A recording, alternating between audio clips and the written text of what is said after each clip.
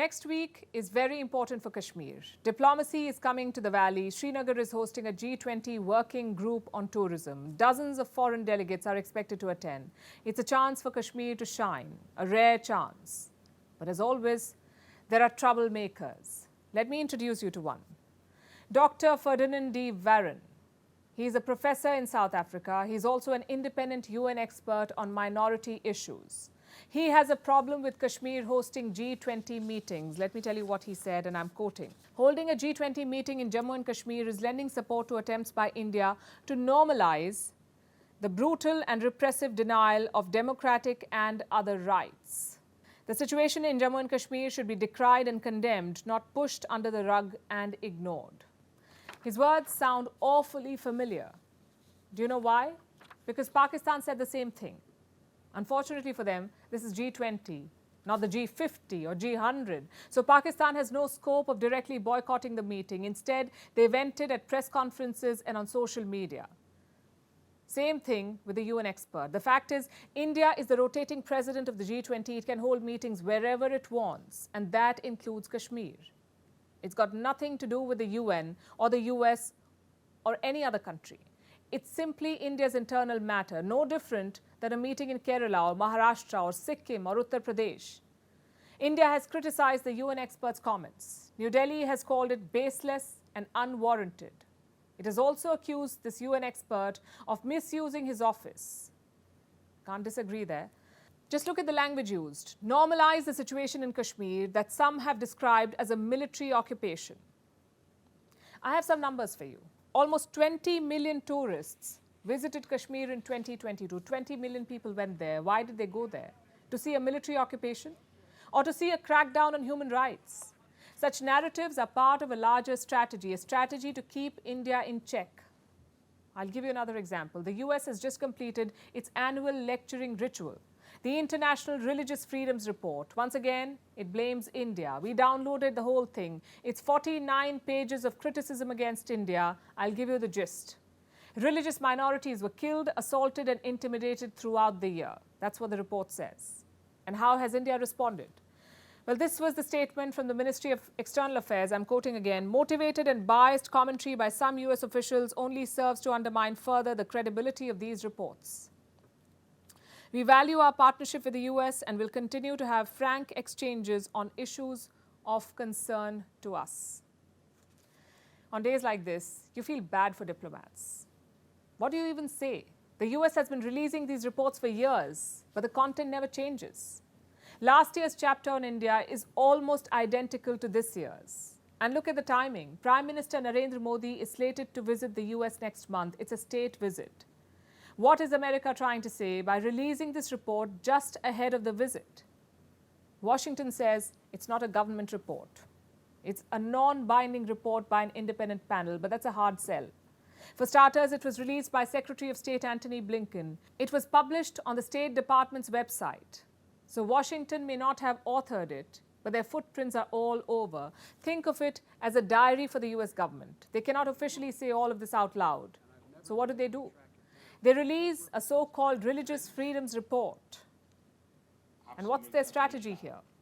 You see, the Americans love to play hero, but their superpower is not flying or super strength. Their superpower is to criticize. Many organizations in the US have tried to direct this superpower towards India. Just one problem, though. America needs Indian support in the Indo-Pacific, so open criticism is not an option. Instead, they use such reports. They club India with the likes of Myanmar, China, Iran, North Korea, and Pakistan. Those are the countries on the blacklist, the same blacklist that this report wants India to be put on. What company, though? A military state, a communist atheist state, a theocracy, a rogue nuclear state, and a failed puppet state. Does India deserve to be on a list like this? I think we all know the answer. Such reports are less about the truth, more about narratives. Another one was published earlier this month, the Press Freedom Index. India was ranked 161 out of 180. Guess who performed better than India? Afghanistan and Somalia. I hope the people who made the report remember this video. Armed Taliban fighters held an anchor hostage. They forced him to praise them on live television. I guess that's what press freedom looks like. It's easy to dismiss these reports as irrelevant and non-binding, but they reflect a larger attitude in the West. In their mind, India is still a basket case, a country with no religious freedom, no press freedom, and no human rights. Then why are they engaging with India? Because deep inside, even Western governments know the truth. It's all politics.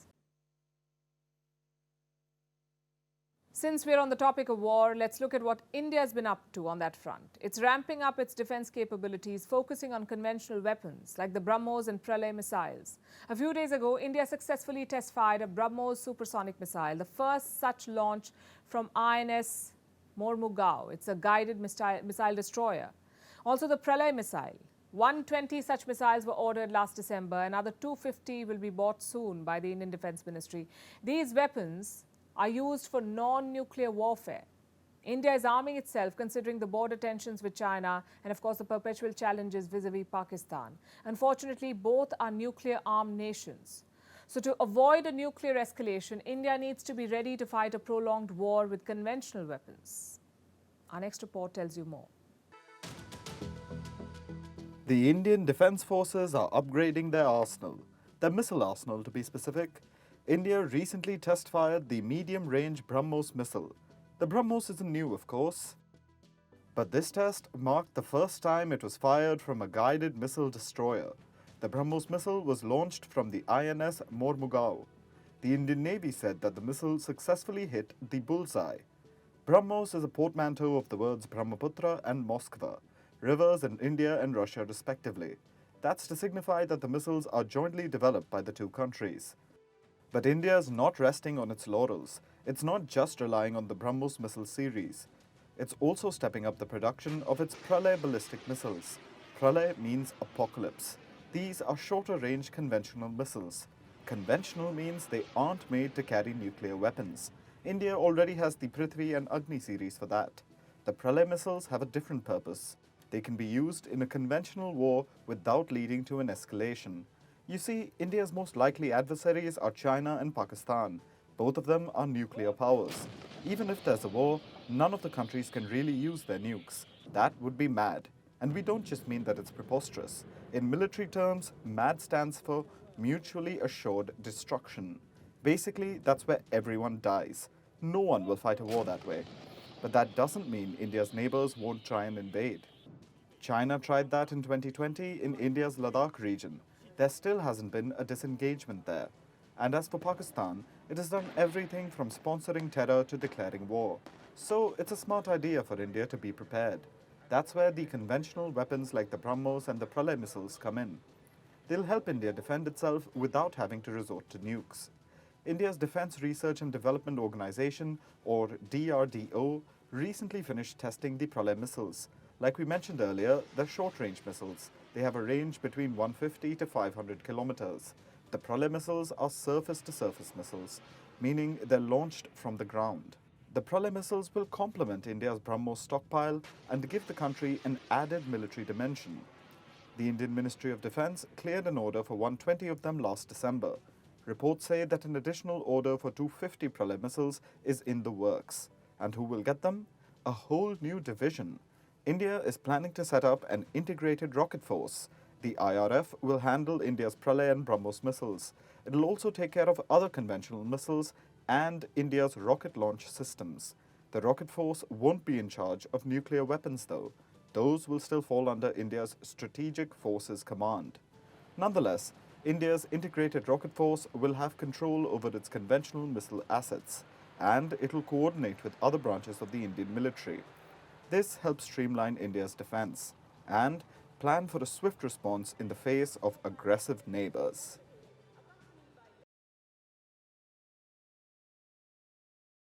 It's day 448 of the Russian invasion. By now, a lot of things are quite clear. Russia will not back down, Ukraine will not surrender, the West will not seek peace. We also know what neutral countries are up to. India, for example, has made its policy quite clear. India sees Russia as an important strategic partner, hence trade and talks will continue. And the West had largely accepted this. But now there are murmurs of discontent. Where are they coming from? This man, Joseph Borrell. He is the European Union's foreign policy chief, sort of like their top diplomat. On Monday, he talked about fuel imports from India, how some of the crude may be sourced from Russia. First, let's see what he said. India buys Russian oil, it's normal. But if they use that in order to be a center where Russian oil is being refined and byproducts are being sold to us, we have to act. What exactly is Borrell talking about? To understand that, we need to understand the trade. India buys crude oil from Russia. This is not the fuel you put in your cars or in machines. This is natural and unrefined petroleum, crude oil. Refineries in India then convert this crude into petroleum products like diesel or petrol or other things. So here's what Borrell is hinting at, that Indian refineries are buying Russian crude, then converting them into fuel and finally selling them to Europe. Now, why would that be a problem? Because of the EU's sanctions. Europe banned all Russian oil products in February this year, meaning no crude, no diesel, no petrol. So did India's exports violate those sanctions? Foreign Minister S. Jaishankar was asked this question. He was in Brussels for a meeting with the same Mr. Borrell. It's not clear if Russian oil was discussed, but here's what Minister Jaishankar said. Because my understanding of the Council regulations is that if Russian crude is substantially transformed in a third country, then it's not treated as Russian anymore. I would urge you to look at Council Regulation 833/2014. Let me simplify that for you, that argument that he made. Jaishankar says Russian crude undergoes a lot of change in India. To use his words, it is substantially transformed, which means it cannot be treated as Russian anymore. Let's try an example. Imagine you take tomatoes from your neighbor. You make soup with them. Who gets the credit for that soup? The neighbor who grew the tomatoes, or you who made the soup? That was Jaishankar's argument, basically. He also quoted an EU Council resolution regarding the same, but the big question seems to be this: what qualifies as a substantial transformation? Is crude to diesel enough? Or are we talking about drastic changes, like crude to plastic, to toys? I guess that's for the governments to debate. But the EU foreign policy chief's words on Monday were not encouraging. He talked about acting against India. And what does action mean? Some media houses are calling it a possible crackdown, but on Tuesday, Brussels clarified its position. Here's what the EU Commission's vice president said, and I'm quoting again: the issue will be discussed with India, but it will be with an extended hand and, of course, not a pointed finger. You see, this is a highly technical controversy. It's not about the principle, it's about the legal grey area. Having said that, Borrell's comments cannot be dismissed easily. He is the top diplomat after all. When he makes an allegation, it reflects a larger political sentiment. A technicality then becomes a political lightning rod. Was that the intention? Or is Europe seeing a controversy where there is none? Like I said, that's for government officials to debate. But since Brussels is keenly looking for sanctions violations, let me point them across the Atlantic. And take a look at this report. What does it say? US-made technology is flowing to Russian airlines despite sanctions. The headline is just a sneak peek. The details are even more damning. Thousands of aircraft parts made in the US were sold to Russia last year. Around 5,000 shipments in just 8 months. Some of it was complicated technology, like a Honeywell engine starter, which costs around $290,000. Put together, this trade was worth $14.4 million, out of which $8.9 million were linked to Boeing. And where did these supplies go? To Russian carriers like Aeroflot and Rossiya Airlines. In case you're wondering, yes, all Russian carriers are sanctioned by the West. So we let the diplomats and trade officials figure out the oil confusion. In the meantime, let's see what the EU does with Boeing. My guess, nothing. You know what was the biggest diplomatic event this month? The Quad Summit in Australia. It was scheduled for next week. Now it's been cancelled. Why? Thanks to US President Joe Biden. He's called off his visit to Australia, so the summit stands cancelled. And why won't he go? Because his own house is on fire. The Republicans are holding him hostage. The US government is running out of money. It needs cash, but the US Congress is not signing any checks. Biden has 2 weeks to fix this, else there could be a government shutdown and a debt default. which will be a first in American history. So this is an emergency, and the Quad summit will have to wait. And this episode has once again demonstrated the perils of American hegemony. A couple of their banks fail, and the global banking sector loses money. Their politicians cannot agree on a debt ceiling, and the Quad summit gets cancelled. The Quad, as you would know, is a strategic grouping. It has 4 members: Australia, India, Japan, and the United States. Leaders of all these 4 countries were supposed to meet in Sydney, Australia next week. This would have been their 3rd such meeting. Until 24 hours back, everything was on track. Then suddenly, Biden decided to skip Australia. He called his host, Prime Minister Anthony Albanese. He said he won't be able to make it because he must resolve the debt crisis first. Australia found itself in a fix. It wanted to keep the summit alive, so it proposed a solution. If Biden cannot come, perhaps his representative could.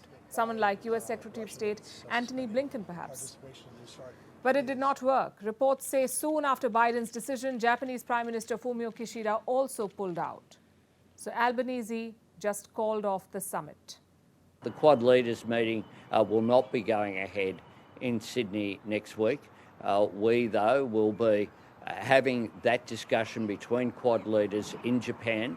I thank Prime Minister Kishida for his invitation for me to attend the G7, and it is appropriate that we talk. Quick side note. Albanese attended the last Quad summit in Japan within hours of taking oath as Prime Minister. He did not want to miss it. But President Biden won't be able to fly to Australia, so the summit won't happen. Instead, the leaders will sit down in Japan for a chat. Japan is hosting the G7 summit this week. All 4 Quad leaders will be present, so they'll meet on the sidelines. Prime Minister Modi of India will be present. He'll also go to Australia, irrespective of Biden's plans. In Sydney, Prime Minister Modi is expected to address the Indian community, but no Quad meeting. And it's not the only casualty of Biden's decision. He's also called off his trip to Papua New Guinea. This was supposed to happen on Monday, and there were grand plans for it. Biden would have been treated like royalty. Reports say the government there had decided to shut down the country's airspace and declare the day a public holiday, also close key roads, and have dancing groups greet Biden's motorcade. It was a grand plan. Why was he going, though? To meet leaders of the Pacific Islands. Prime Minister Modi is going there too.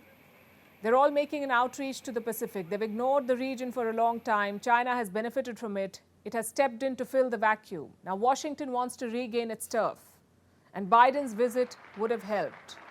Consider what an expert in Australia said about this, and I'm quoting.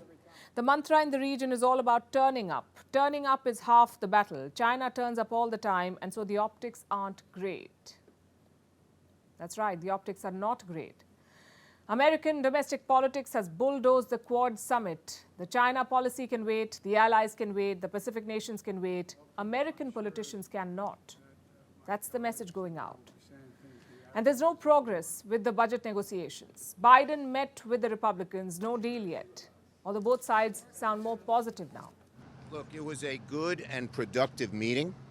Everyone agreed that default would be the worst outcome, a horrible situation for America and America's families.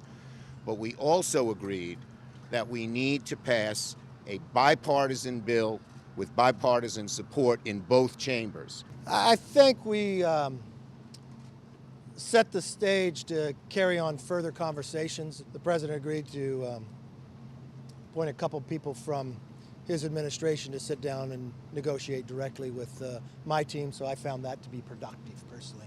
So they promise a deal, but can't say when. The world, meanwhile, is on the edge. A US default would spell disaster. The White House released a statement yesterday. It said, and I'm quoting, President Biden will return to the United States on Sunday following the completion of the G7 summit in order to be back for meetings with congressional leaders to ensure that Congress takes action by the deadline to avert default. So until Biden gets the money to run his government, world affairs will have to take a backseat. And this has become a hallmark of American diplomacy now. This breach of trust, lack of dependability, lack of policy continuity. President Trump did it with the Paris climate deal and the Iran nuclear deal. He walked out of both of them. The world suffered the consequences. Then Biden came to power. He rejoined the Paris Accord. He promised to revive the Iran deal. Virtually no progress. The point is, in a democracy, governments change. And governments spar with the opposition on policy issues all the time. But they also honor their international commitments. They don't hold the world hostage to their domestic political exigencies. When Biden came to power, he said America is back. Well, he was right. It's back to riding roughshod over the world. Every world leader has a honeymoon period. You're getting to know everyone, the public is just getting to know you, and who knows, they may even forgive you for your policy mistakes. No such thing for Rishi Sunak. He became the Prime Minister of the UK in October 2022. But the battle to replace him is already on. Technically, there is no election until 2025. That's when the current term of the British Parliament expires. But rumour is there could be early polls, maybe even next year. And why is that? Because this Conservative government is deeply unpopular. It was not elected under Rishi Sunak, it was elected under Boris Johnson. He was banished after the Wuhan virus debacle. Then came Liz Truss, like instant noodles, the instant Prime Minister. She barely survived 45 days. And when Liz Truss exited office, Rishi Sunak took over. He's the third Prime Minister in 3 years. Also a weak one. Sunak was promoted by members of the Conservative Party. If he faces the electorate, it's a different matter. So his party colleagues have sensed a chance to replace him in the next election. First in line is Suella Braverman, the Home Secretary of Britain. On Monday, she delivered a speech at NatCon UK. I say speech, but in reality, it was more of a campaign stump. Braverman is a darling of the British right, and her speech was right up their alley. Listen in. And it's not xenophobic to say that mass and rapid migration is unsustainable in terms of housing supply, public services, or community relations. Nor is it bigoted to say that we have too many asylum seekers in this country for whom we have insufficient accommodation. It was a rant against immigration, but fun fact, Braverman herself is a second-generation immigrant. Either way, she spoke for nearly 40 minutes. At the end of the speech, she got a standing ovation, so I guess mission accomplished. Braverman has officially sounded the bugle. Thousands of kilometers away, someone else did the same. Sunak's predecessor, Liz Truss, she's visiting Taiwan for reasons only she can explain. Jokes aside, it's a PR trip. The last visit by an ex-UK Prime Minister was in the 1990s, so there's been a gap of almost 30 years, and for good reason. This visit by Liz Truss serves just one purpose, to poke China and to get some headlines. Her speech did exactly that. Listen to this now. All we can do, those of us who believe in freedom and democracy, is make sure that Taiwan is protected as possible and that the Chinese government understand that there would be severe consequences if they tried to take Taiwan by force. Truss wants an economic NATO to challenge China. It's a good idea, if only she led with that instead of disastrous tax cuts. Too late now. China has reacted along expected lines. They've called this visit a dangerous political stunt. Both Truss and Braverman are openly challenging Rishi Sunak. Truss on his China policy, Braverman on his immigration policy.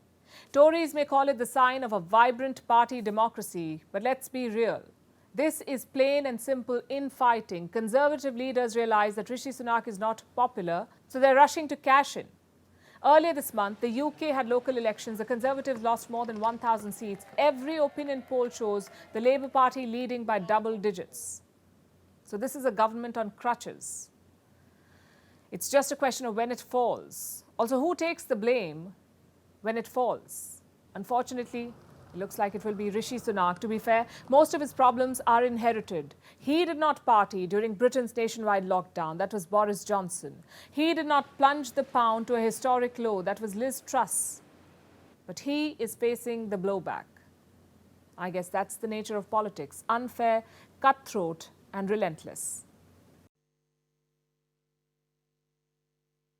Imagine a world where artificial intelligence governs our decisions, autonomous weapons walk among us, and devastating cyber attacks are launched regularly.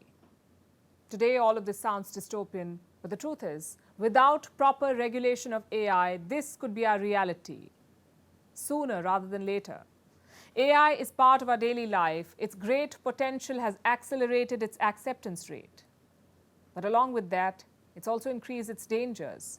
The CEO of OpenAI, Sam Altman, agrees with this. He's the person responsible for ChatGPT. He testified in front of the US Congress. He told him about the threat it poses, the threat that AI poses. And if he sees the damage coming, what about the rest of the world? Do governments see it? Where are the guardrails? Who is working to regulate AI? Here's a report. In the past few years, a number of tech luminaries have appeared before the US Congress. And they've all received a dressing down from lawmakers. This includes Mark Zuckerberg and Jeff Bezos. Because Congress is often upset with tech companies, it's forced to play catch-up with these giants and clean up their collateral damage. Now, a new contender has entered the ring. His name is Samuel or Sam Altman. He's the CEO of OpenAI, the parent company of ChatGPT, the AI chatbot that has practically exploded since its arrival. Now, Altman has become an evangelist for the next generation of AI. So obviously he was invited to Capitol Hill. Another dressing down was expected. What wasn't expected was his agreement with Congress.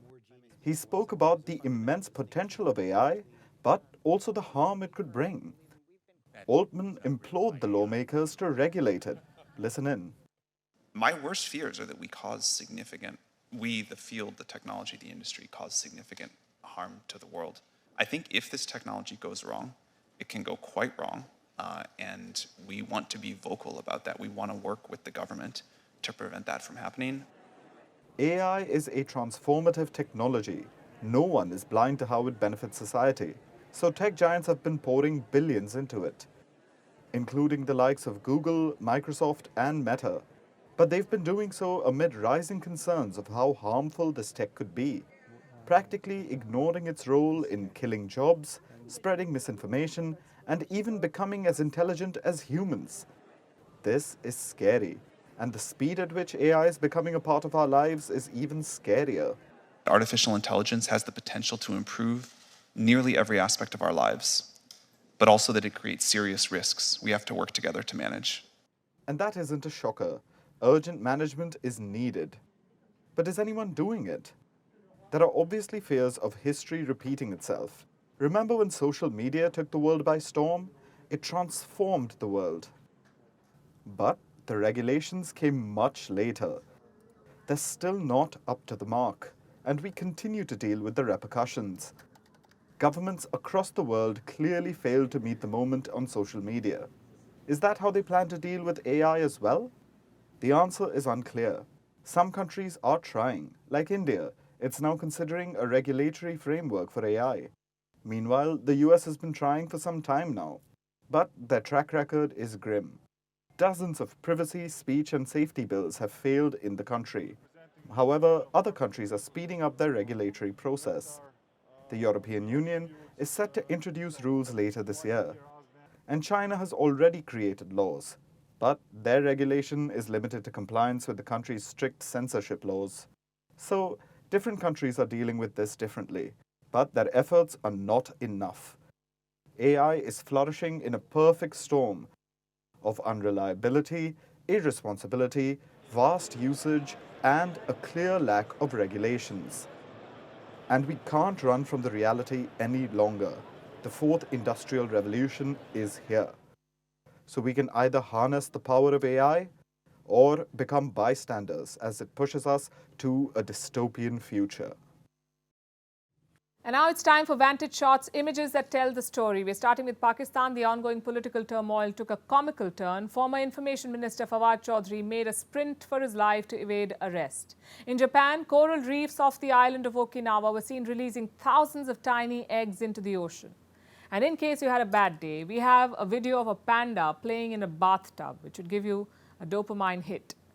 And finally, what makes The 17th of May is significant. We're taking you back in history. On this day, West Germany ratified the Treaty of Warsaw. The year was 1972. The treaty was signed between Germany and Poland. Both sides accepted the existing border that was imposed on Germany in 1945 after the end of the Second World War. Then German Chancellor Willy Brandt had to face heavy criticism for this. Critics said the treaty was a betrayal of national interest. We're leaving you with this. Thanks for watching. We'll see you tomorrow.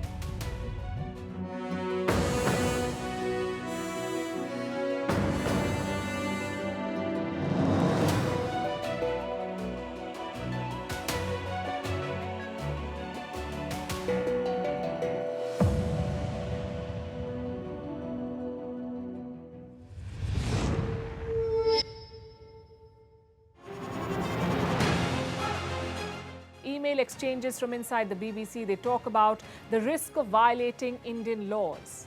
It's easier to rake up the freedom of speech debate, but does it give anyone a free pass to knowingly violate the law? America supports India because it needs India's support in return. And India is working with the US because it suits India's interests. This is how geopolitics works. Last night, he diffused a crisis with his defense minister. But today, Netanyahu was confronted with a new problem. His cabinet seems to have rebelled against him. The UK is looking at the Indian subcontinent to fill its coffers. That India seems to be negotiating from a position of power, like a partner and not a former colony.